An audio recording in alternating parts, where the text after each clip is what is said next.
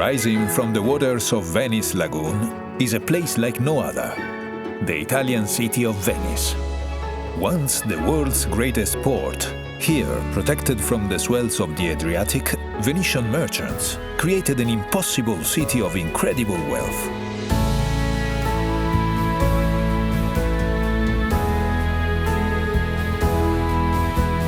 Long hailed as the most breathtaking city on earth, there is no denying that sometimes Venice can be overwhelmed with admirers. But if you take your time and treat her gently, she will reward you with moments of profound beauty and bliss.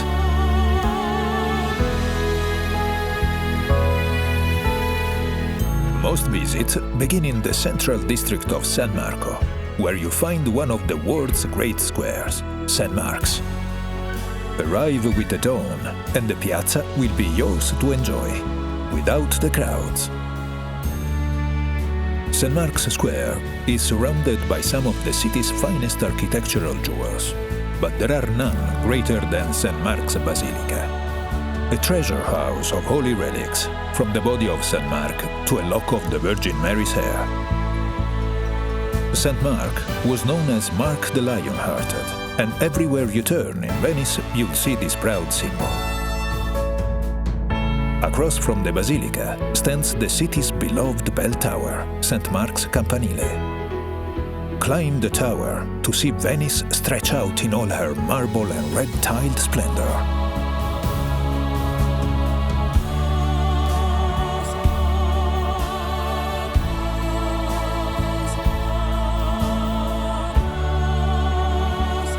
Below the tower is one of the city's great landmarks, Doge's Palace. For centuries, this Venetian Gothic masterpiece was the seat of the Republic's power and prestige. Today, its courtyards, apartments and chambers are a museum, which celebrates centuries of Venetian achievement and glory.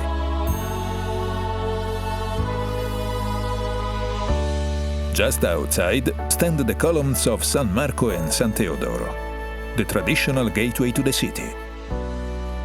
Here, under the winged lion of Venice, begin your journey along one of the world's great aquatic thoroughfares, the Grand Canal. For almost 2.5 miles, the canal winds through Venice. It is her main artery, her lifeblood. Ride the Vaporetto dell'Arte and explore the canal's treasures at your leisure. Or ride in true Venetian style by gondola, which Mark Twain once called the gentlest form of locomotion ever devised.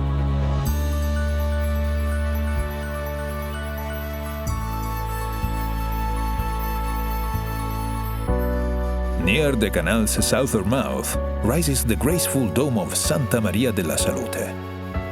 Beset by plague in the 17th century, Venice turned to the spirit of Mother Mary for deliverance. The plague lifted, and grateful Venetians raised this new church in her honor. All along the canal, elegant palazzos, once the homes of wealthy merchants, slip by as if in a dream. The timeless wake of river traffic laps at their doorsteps, just as it has for centuries. Today, many of the palazzos are home to museums and galleries. Carezzonico allows visitors to experience the opulence of 18th century Venice. While Palazzo Grassi's bold restoration and artworks are the perfect reflection of a city that cherishes its past and embraces the new.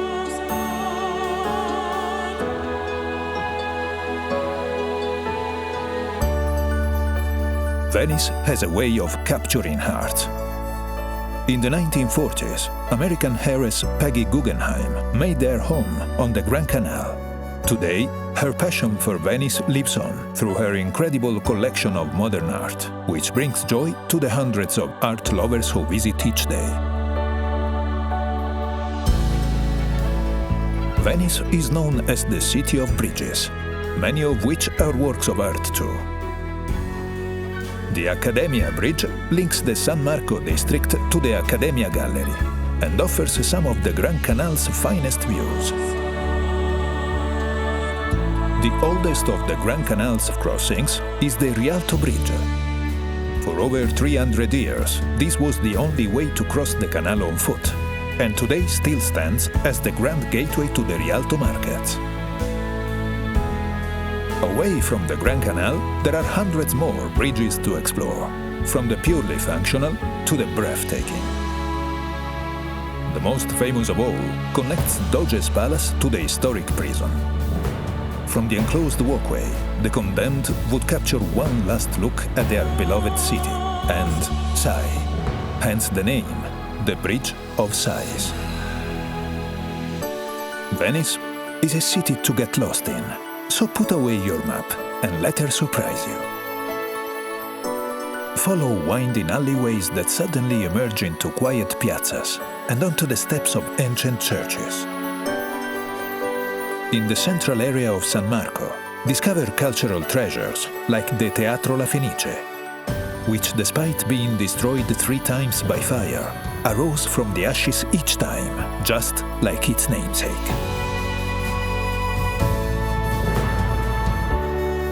The further you roam, the fewer travelers you'll see, and the more locals you'll meet.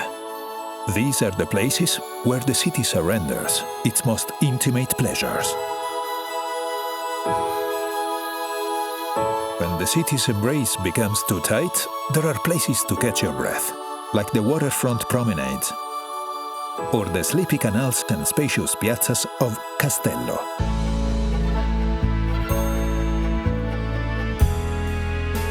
Venice was long the epicenter of European glassmaking. Fearing an inferno, in the 13th century, Venice relocated all her glassmakers to the island of Murano. 700 years later, the descendants of these artisans still create works of incredible delicacy and color.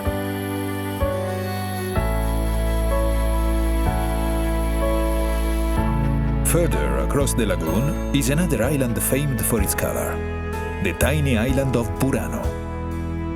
Legend has it that fishermen painted their houses in distinctive colors so they could find their way home through the lagoon's fogs. While here, shop for some of the island's exquisite lace, just as Leonardo da Vinci did when he visited in 1481.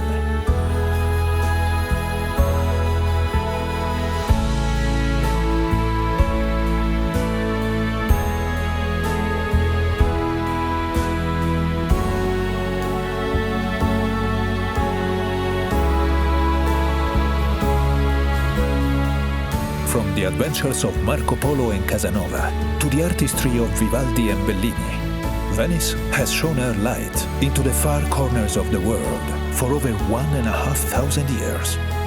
And now, the world comes to her.